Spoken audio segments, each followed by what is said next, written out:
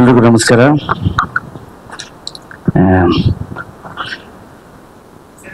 Song ಕೇಳಿದೆ, ಬಹಳ ಚೆನ್ನಾಗಿದೆ ಅಂಡ್ ನೀವಿಬ್ರು ಬಹಳ ಚೆನ್ನಾಗಿ ಕಾಣಿಸ್ತಿದ್ದೀರಿ. ವೆರಿ ಮೆಲೋಡಿಯಸ್ ಅಂಡ್ ನಿಮ್ಮ ತಂಡಕ್ಕೆ, ನಿಮ್ಮ ಡೈರೆಕ್ಟರ್, ಪ್ರೊಡ್ಯೂಸರ್ ಅಂಡ್ ನಿಮ್ಮ ಮ್ಯೂಸಿಕ್ ಡೈರೆಕ್ಟರ್ ಎಲ್ರಿಗೂ ಕಂಗ್ರ್ಯಾಚುಲೇಷನ್ಸ್. ತುಂಬ ಚೆನ್ನಾಗಿದೆ ಅಂಡ್ ಆಲ್ ದ ಬೆಸ್ಟ್ ಇಡೀ ತಂಡಕ್ಕೆ. ಹಾಗೆ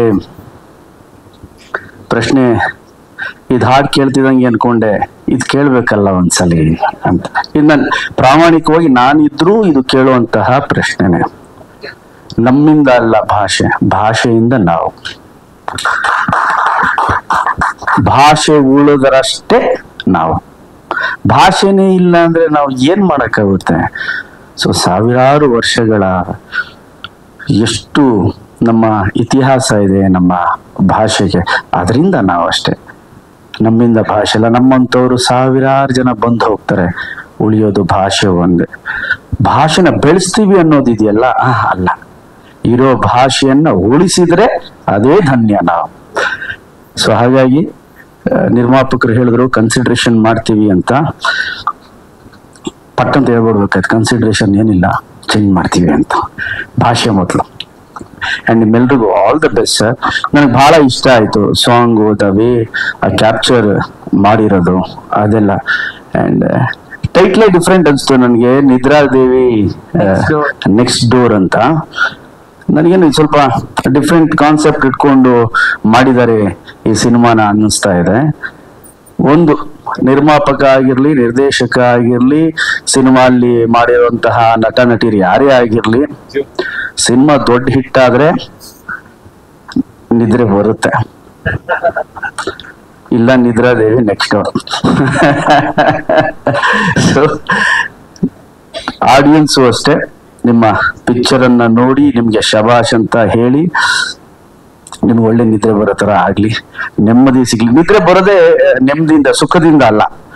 ಒಳ್ಳೆ ಸೋಫಾ, ಒಳ್ಳೆ ಹಾಸಿಗೆಯಿಂದ ನಿದ್ದೆ ಬರಲ್ಲ, ನೆಮ್ಮದಿ ಇದ್ರೆ ಮಾತ್ರ ನಿದ್ದೆ ಬರೋದು. ಸೊ ಆ ತರ ಒಂದು ನಿದ್ರೆ ನಿಮ್ಗೆ ಬರ್ಲಿ, ಸೂಪರ್ ಡೂಪರ್ ಹಿಟ್ ಆಗ್ಲಿ ನಿಮ್ಮ cinema. And romantic song hit ಆದ್ರೆ ಸಿನಿಮಾಗೆ ಬಂದ್ಬಿಡ್ತಾರೆ, ನಿಜ ಬರ್ತಾರೆ. ಬಟ್ ಬಂದ ಮೇಲೆ ನಾವು ಸಿನಿಮಾಲ್ ಏನ್ ಹೇಳಿದೀವಿ ಅನ್ನೋದು ಅಷ್ಟೇ ಇಂಪಾರ್ಟೆಂಟ್ ಆಗುತ್ತೆ. ಒಂದು ಸಾಂಗ್ ಇಂದ ನಾವು ಜನಗಳನ್ನ, ಪ್ರೇಕ್ಷಕರನ್ನ ನಾವು ಥಿಯೇಟರ್ ಕರ್ಕೊಂಡ್ ಬರ್ಬೋದು. ಒಂದು ಸಾಂಗು, ಒಂದು ಟೀಸರು, ಒಂದು ಡಿಸೈನ್, ಎಲ್ಲದ್ರಿಂದ. ಬಟ್ ಥಿಯೇಟರ್ಗೆ ಬಂದ ಮೇಲೆ ನಾವು ಥಿಯೇಟರ್ ಅಲ್ಲಿ ಏನ್ ಹೇಳಿದೀವಿ, ಹೊಸ ವಿಚಾರ ಏನ್ ಹೇಳಿದೀವಿ, ಅಂಡ್ ಥಿಯೇಟರ್ ಎಕ್ಸ್ಪೀರಿಯನ್ಸ್ ಏನ್ ಕೊಡ್ತಿದೀವಿ. ಅಂಡ್ ನಮ್ಮೆಲ್ರಿಗೂ ಗೊತ್ತು ಎಷ್ಟು ಕಾಂಪಿಟೇಷನ್ ಇದೆ, ಹೇಗೆ ಸಿನಿಮಾಗಳು ಬರ್ತಾ ಇದೆ, ಹೋಗ್ತಾ ಇದೆ.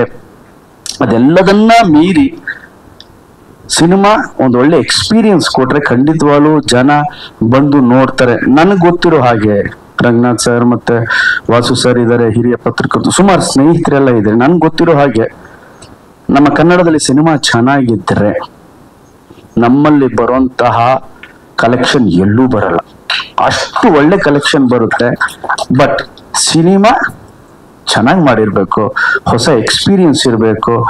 ಮಾಡೋ 60-70 ಸೀನಲ್ಲಿ 60-70 ಸೀನು ಎಲ್ರಿಗೂ ಇಷ್ಟ ಆಗುತ್ತಾ? ಖಂಡಿತವಾಗ್ಲೂ ಇಲ್ಲ. ಖಂಡಿತವಾಗ್ಲೂ ಮನೇಲಿ ಮಾಡೋ ದಿನ ಅಡ್ಗೆನೆ ಒಂದೊಂದ್ಸಲ ನಾವು ಏನ್ ದಿನ ಅದೇ ತಿಂತಿದೀವಿ, ಈಗ ಶೂಟಿಂಗ್ ಹೋದ್ರೆ ದಿನ ಚಿತ್ರಾನ್ನ ಅದೇ, ಚೇಂಜ್ ಮಾಡಮ್ಮ ನಾಳೆ ಅಂತೀವಿ. ಸೊ ಒಬ್ಬೊಬ್ರು ರುಚಿ ಒಂದೊಂದು ಇರುತ್ತೆ. ಈ 70-80 ಸೀನಲ್ಲಿ ಒಂದು 10 ಸೀನು, 15 ಸೀನು ಪ್ರೇಕ್ಷಕರ ಮನ ಮುಟ್ಟಿಸ್ಬಿಟ್ರೆ ಸಿನಿಮಾ ಹಿಟ್ ಆಗುತ್ತೆ. ಅಂಡ್ ನಿಮ್ಮ ಸಿನಿಮಾ ಅಲ್ಲಿ 10-15 ಸೀನ್ ಅಲ್ಲ, ಒಂದು 30 ಸೀನು ಪ್ರೇಕ್ಷಕರ ಮನಸ್ಸನ್ನ ಮುಟ್ಟಿಸಲಿ. ನಿಮ್ಮ ಪ್ರಯತ್ನಕ್ಕೆ ಒಳ್ಳೇದಾಗ್ಲಿ ಸರ್. ಅಂಡ್ ಝೆನ್ ಮೋಡಲ್ ಇರ್ತೀರಂತೆ ನೀವು ಯಾವಾಗ್ಲೂ. CA ಅಲ್ವಾ, ಝೆನ್ ಮೋಡಲ್ ಇರ್ತೀರಾ ಸರ್?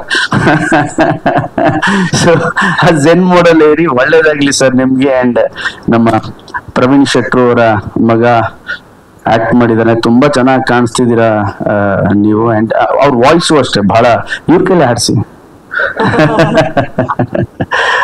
ವಾಯ್ಸು ಚೆನ್ನಾಗಿದೆ ಅಂಡ್ ನೀವು ತುಂಬಾ ಚೆನ್ನಾಗಿ ಕಾಣಿಸ್ತೀರಾ. ಇಡೀ ತಂಡಕ್ಕೆ ನನ್ನ ಕಡೆಯಿಂದ ಆಲ್ ದ ಬೆಸ್ಟ್ ಅಂತ ಹೇಳಕ್ ಇಷ್ಟಪಡ್ತೀನಿ. ಆದಷ್ಟು ಬೇಗ ನಿಮ್ಮ ಸಿನಿಮಾ ತೆರೆಗೆ ಬರಲಿ ಅಂಡ್ ಜನ ನಿಮ್ಮೆಲ್ರಿಗೂ ಆಶೀರ್ವಾದ ಮಾಡ್ಲಿ ಅಂತ ಹೇಳ್ತೀನಿ.